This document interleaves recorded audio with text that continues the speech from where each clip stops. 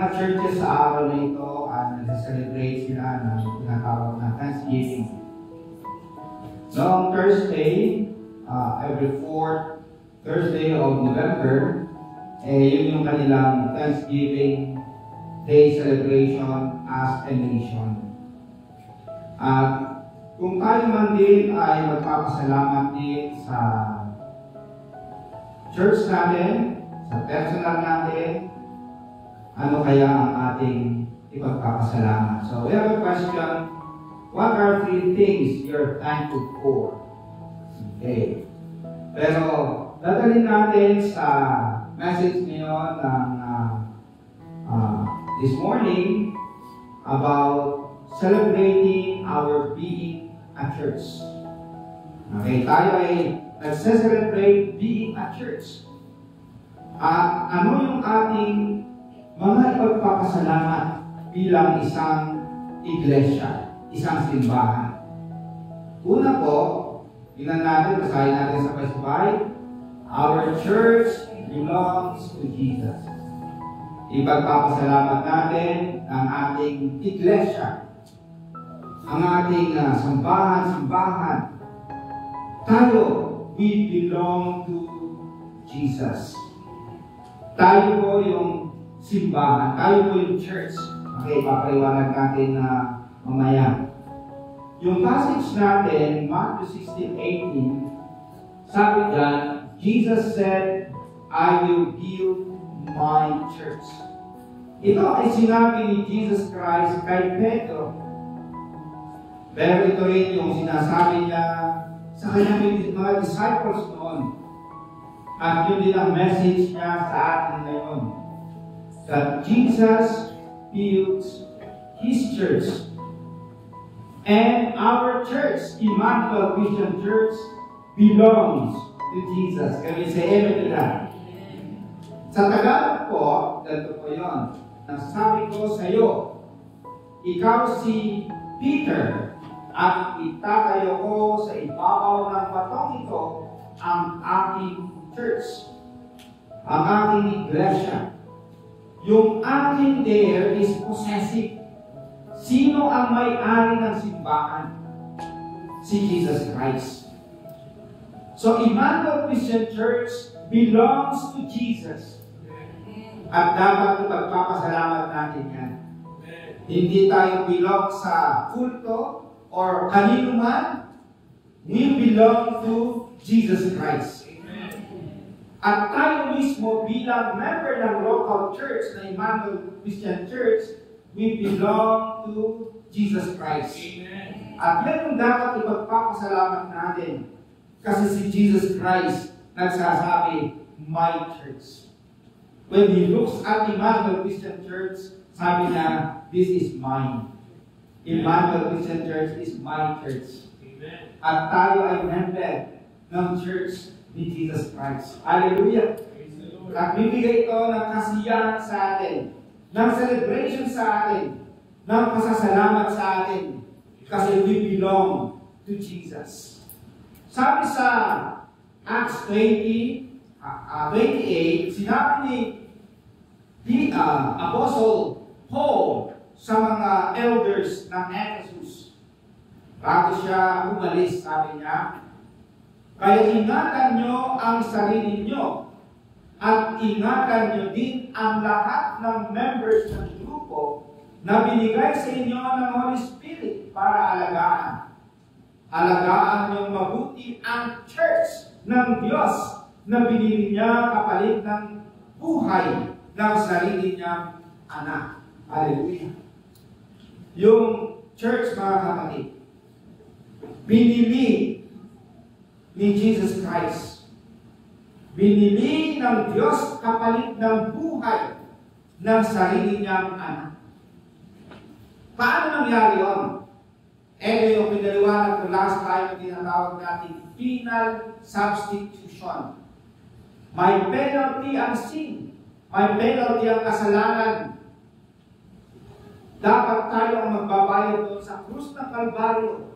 Pero sino ang nagbayad? Si Jesus Christ. Binili niya tayo ng sarili niyang buhay. ibinigay ang kanyang sariling buhay para mabayaran tayo. Kumbaga, binili tayo ni Jesus Christ. Can you say amen to that? At kung binili niya tayo, kanya tayo. We belong to Jesus Christ na bumili sa atin. We belong to God na bumili sa atin sa pamamagitan ng buhay ng kanyang anak. May tinatawag na Universal Church at Local Church. Kapag ko kanina na ang ECC, Emmanuel Christian Church, ay local church. The church dito sa Sierra Nevada. Okay. Local church. Ang Universal Church, ito yung throughout the world. Kapatid natin yung ibang mga Christians sa Amerika, sa Canada, sa Korea, sa Vietnam, sa Thailand, kung saan. Kahit saan ka mapagpat sa mundo, kung may Kristiyano doon, they belong to the Universal Church. Ang tawag yan Universal Church, yung pangkalahatan, pangkalawakan na iglesia ni Jesus Christ. And we belong to that. In as much as my local church ng ganito, kahit saan ka pumunta sa ibang bansa, kung may mamit ka doon na Kristiyano, kapatid mo siya. Bakit? We belong to the Universal Church of Jesus Christ. Yun po yung sinasabi natin sa Apostles' Creed. I believe in the Universal Church. Meaning, yung older version is, I believe in the Catholic Church. Kasi ang meaning ng Catholic is universal. Kaso nga lang sa kapanahonan natin, na-apply lang sa Roman Catholic Church. Pero actually, the meaning of Catholic is universal. Kaya sa ating Apostles' Creed, pag binabasa natin, I believe in the Universal Church. And yung Universal Church ni Jesus Christ, kaya kahit saan tayo mapagpad, meron tayong kapatid sa Panginoon. Meron awit, now I belong to Jesus. Jesus belongs to me, not for the years of time alone, but for eternity. Hallelujah. Sabi ni Jesus Christ sa John 10:27, basahin natin ng sabay-sabay, my sheep hears my voice, and I know them, and they follow me. Okay? Pansinin po ninyo. My sheep si Jesus Christ. Sabi niya, I know my sheep. Kilala niya. At yung kanyang sheep, nakikinig ng kanyang boses, ng kanyang mga salita. Habang ako ay nag-preach ngayon, ang napapakinggan ninyo ay boses ko. Pero, ang preaching ko is from the Word, from the Gospel, from the Scripture. At napapakinggan ninyo, kung kayo ay sheep ni Jesus Christ, naiintindihan ninyo. Yung Holy Spirit, nangungusap sa inyo. Instrumento yung aking boses, yung Biblia, napapakinggan ninyo. Kung kayo ay nagbabasa ng Biblia, yun yung words of Jesus Christ na napapasa ninyo. At yung Holy Spirit kumikilos para maintindihan ninyo ang kanyang boses. Paano kayo naging Christian? Dahil napakinggan ninyo ang word of Jesus Christ at yung Holy Spirit na convict kayo.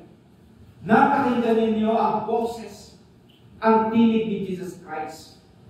Yung mga hindi Kanya, hindi sila nakikinig kay Jesus Christ. Kaya kung ikaw ay tunay na Kanya, tunay na you belong to Jesus Christ, you belong to His church, napapakinggan po ninyo, naiintindihan ninyo ang Kanyang mga salita.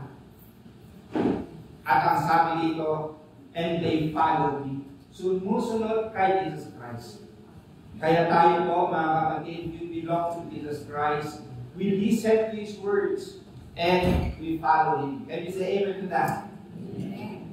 Ang word na church, sa next na slide, ang Greek ay ecclesia. Okay, pagkatapos dito sa Tagalog, Espanyol, iglesia. The church, ecclesia, ang ibig sabihin is called out ones. Mga tinawag. Okay? Mga tinawag mula sa labas. Okay? And they form a community, assembly. Yung verse, 1 Peter 2:9, kung mababasa natin, basahin natin sabay-sabay. But you are a chosen people, a royal priesthood, a holy nation, a people belonging to God, that you may declare the praises of Him who called you out of darkness into His wonderful light. Yun po yung ecclesia. Called out ones out of darkness into His wonderful light. Tayo po yun. Pero tingnan po ninyo, you are a chosen people belonging to God. Okay? So we belong to Jesus. We belong to God. Tayo po. Ang Tagalog po ay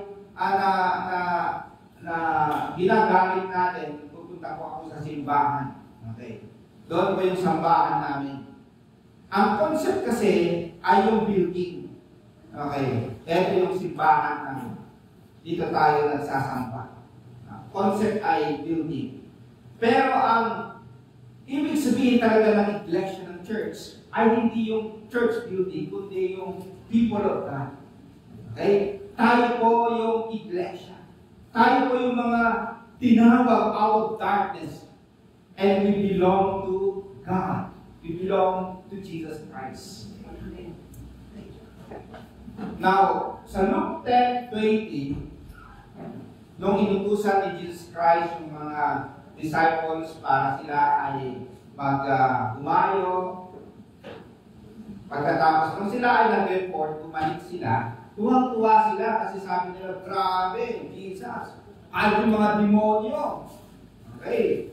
Nagsasubmit sa amin nung binabanggit namin ang yung pangalan. Ngunit sabi ni Jesus Christ sa kanya mga disciples, however, basahin natin nga na sabay-sabay, however, do not rejoice that the Spirit submit to you, but rejoice that your names are written in heaven. Hallelujah. If we belong to Jesus, and Jesus belongs to us, ang ating pangalan ay nakasulat na sa langit. At kailanman hindi yan mabubuhay. Nakasulat na, nandun na. At yun yung dapat ipagpapasalamat natin. Ang dami mga blessings ang Panginoon sa atin. Materially, physically, yung health natin, kayamanan natin, whatever, kaibigan natin, relation natin, natin ipagpapasalamat. At ang daming dahilan kung dapat tayo magsaya.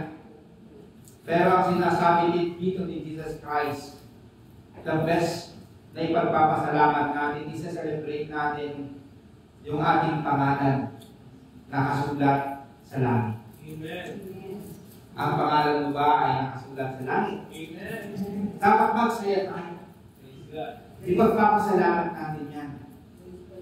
Ang pangalawa, basahin natin, our church is being built by Jesus. Right? Ang sabi dito, I will build my church. So, paano binibuild ni Jesus Christ ang kanyang iglesia? Of course, sa pamamagitan ng Holy Spirit. He will send the Holy Spirit, the Comforter. At ang pangako niya, I will always be with you. I will never leave you. I will never forsake you. Kaya, He is the one building His church. Narito siya sa pamamagitan ng kanyang banal na Espiritu. Hindi niya tayo iniwanan. Siya yung nag-build. Sabi niya, I will build my church. Ako mismo, I will build my church. Merong next na slide, next na slide, may awit ng mga bata. He's still working on me to make me what I ought to be. It took him just a week to make the moon and the stars, the sun and the earth and Jupiter and Mars. How loving and patient he must be. He's still working on me. Ba? Hindi ako kumikit ha.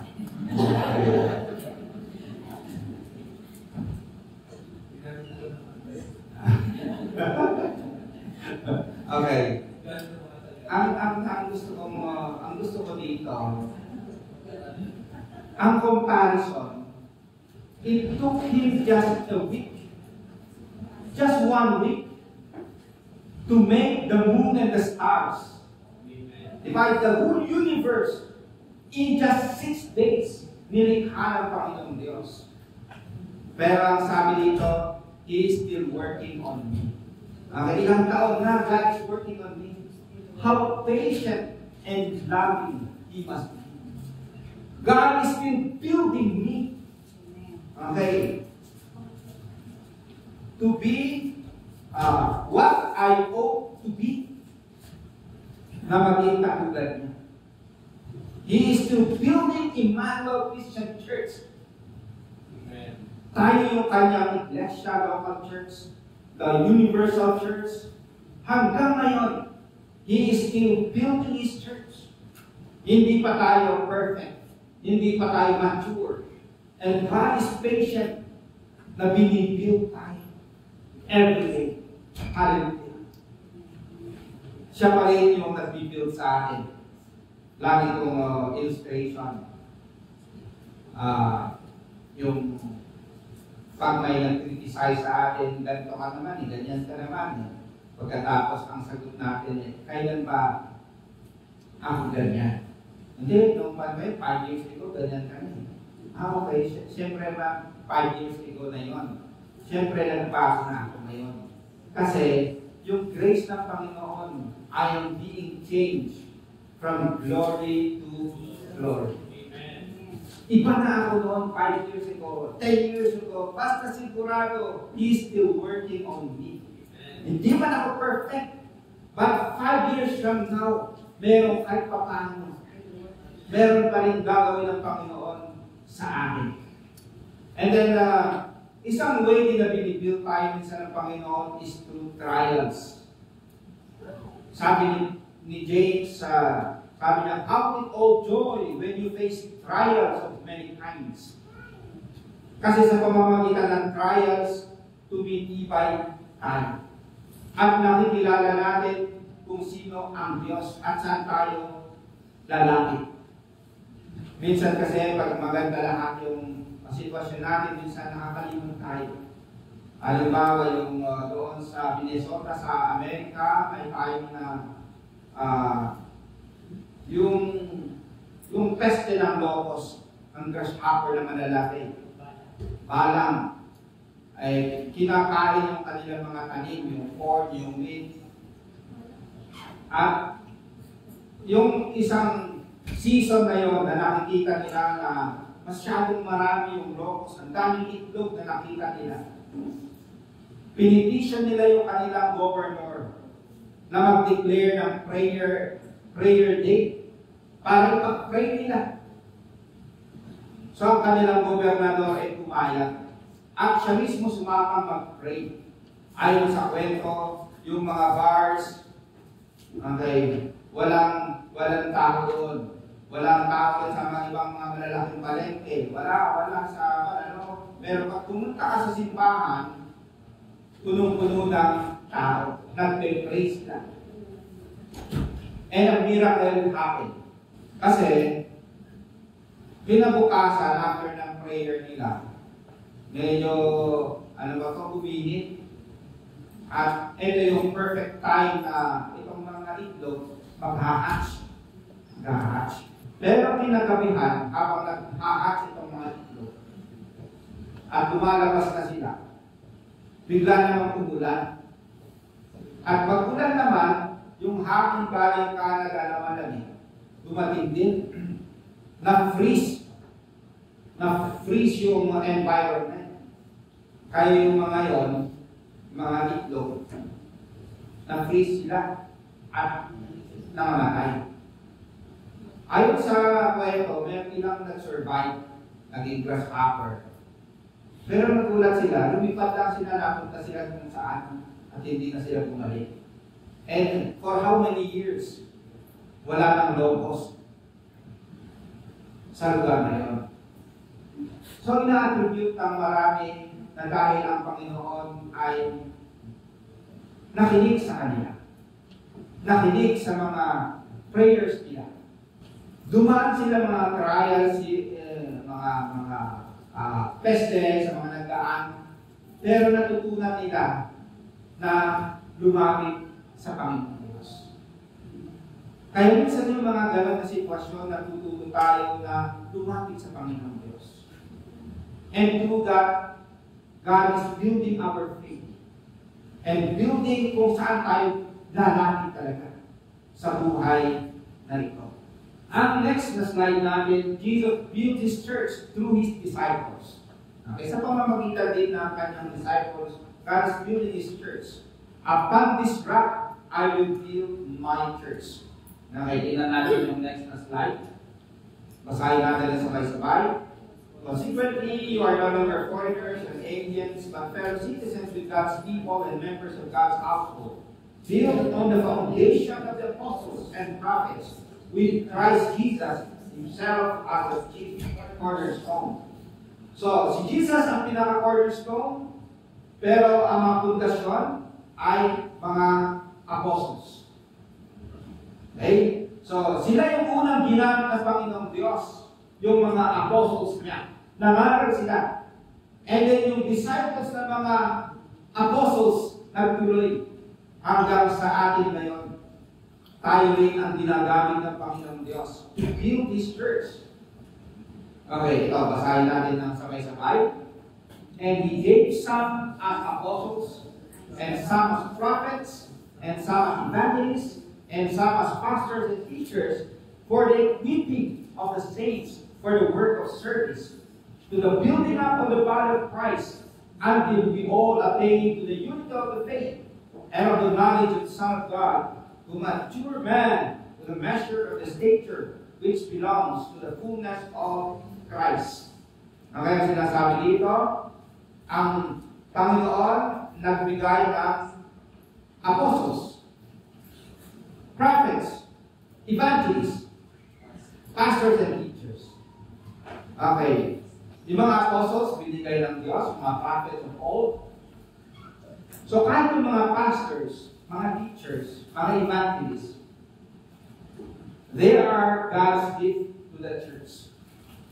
So kami mga pastor, mga nangangaral ng Ebanghelyo, we are God's gift to the church.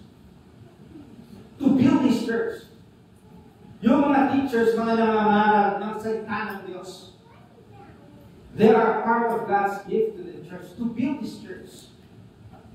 Paano kayong walang teachers, walang pastors na nangangaral ng salita ng Panginoong Diyos? So we can see here na ang gawain namin is to equip the saints, meaning the Christians, for work of service. Okay, may kanya-kanyang service yung ang members. Halimbawa dito, members of Emmanuel Christian Church. May kanya-kanyang calling. May kanya-kanyang gawain kayo. Ang role namin is to equip you para isagawa ninyo kung ano man yung role ninyo. Hindi lang within the four corners of the church building, kundi kahit sa inyong tahanan, sa society. Yun po yung paglilingkod natin sa ating Panginoong Diyos. So God uses His people to build His people. Meron tayong marks of a true church. Meron yung faithful preaching of the Word of God. Okay? Then meron performance of sacraments, Lord's Supper, and baptism. At meron din church discipline. So, within the local church, kung ito ay totoo, dapat nandun yung preaching of the Word of God. At yun po yung ginagawa natin Sunday after Sunday. May sacraments. Meron tayong Lord's Supper once a month. At meron tayong baptism na ginagawa. At kung may nagkasala, sinasabing natin sa church discipline. At ito ay ginagamit ng Panginoong Diyos to build His church. Panghuli ng point natin, basahin natin sabay-sabay. Ito yung nagpapasalamat natin. Our church is protected by Jesus. Sa next na slide, basahin natin sabay-sabay. On this rock, I will build my church, and the gates of hell will not overcome it. Okay? So, nandyan po ang Satanas at ang kanyang mga demonyo. At sa church history, ang kanilang ginawa is to persecute the church.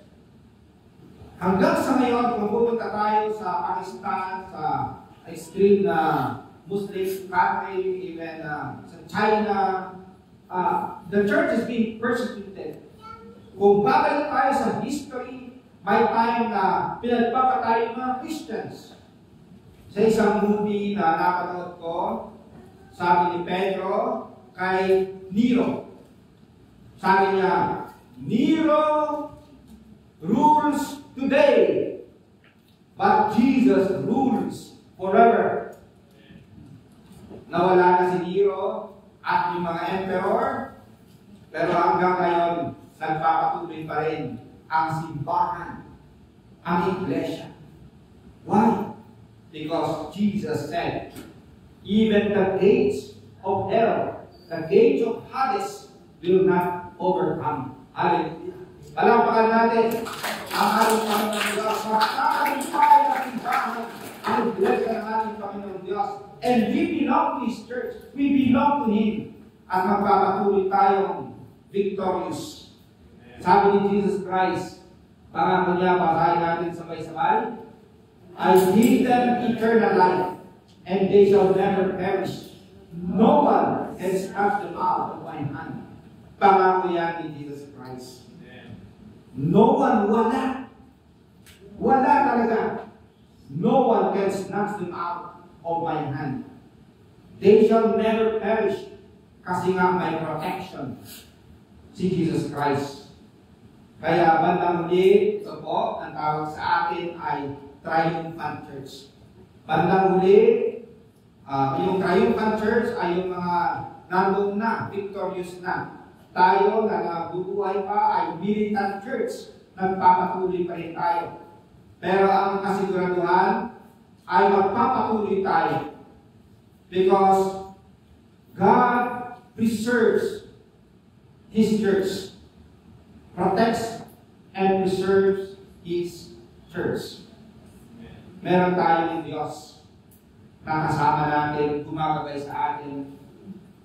At minsan tayo may time na parang walang pag-asa, but God is there always. Recently, yung pinaka-pastor ng CCF nag-speak sa Malacanang sa prayer breakfast. At nagbigay siya ng isang kwento yung nangyari sa Dunkirk. Dunkirk, ang tawag nila dyan yung the miracle. The miracle na nangyari sa Dunkirk. Kumbaga yung mga British soldiers ay nandun sila sa shore. Para nahulog sila sa shore. Wala na silang mapupuntahan. Nandyan si Hitler at ang kanyang army na papunta na. Lulusubin sila. Ang ginawa ng mga Christians, nalawagan silang magkaroon sila ng prayer time. At kahit si Winston Churchill na Prime Minister, nagsabi rin na mag-pray tayo at siya ay sumama sa prayer. At hindi siya ganun ka-religious. But he joined the prayer kasi ang tingin nila wala ng pag-asa.